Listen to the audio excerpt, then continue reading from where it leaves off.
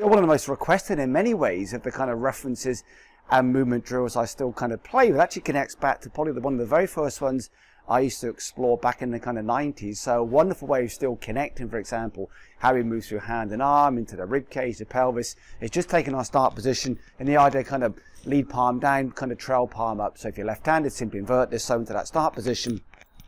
lead palm facing downwards, trail palm facing upwards, and just start to make a few movements as you move through backswing, and being very active and very aware that as we kind of very much move through hand and arm, it's kind of very much kind of thumbs up and very much allow that lovely interaction between then kind of rib cage, arm, pelvis as you move back. So once again, lead palm down, trail hand up, and just start to get that awareness of then what does that mean to you, what's your awareness of, then kind of how you move through kind of trail shoulder and that kind of lead hip, for example, and then to kind of connect then to downswing.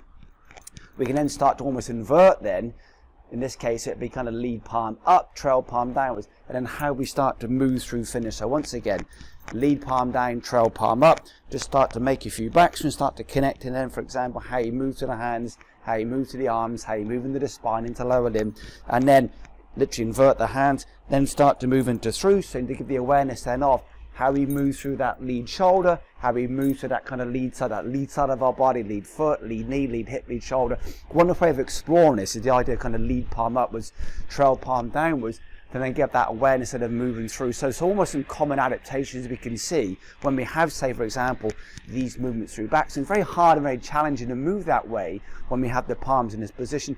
Equally so when we start to see some adaptations post-impact, very much that kind of lead shoulder moving upwards, the spine moving into, say, excessive lateral flexion. Once again, can be very challenging from when it's kind of lead palm up, trail palm down, which then very much encourages then that movement kind of through that lead shoulder. So using these hand positions can still be one of the most playful explorations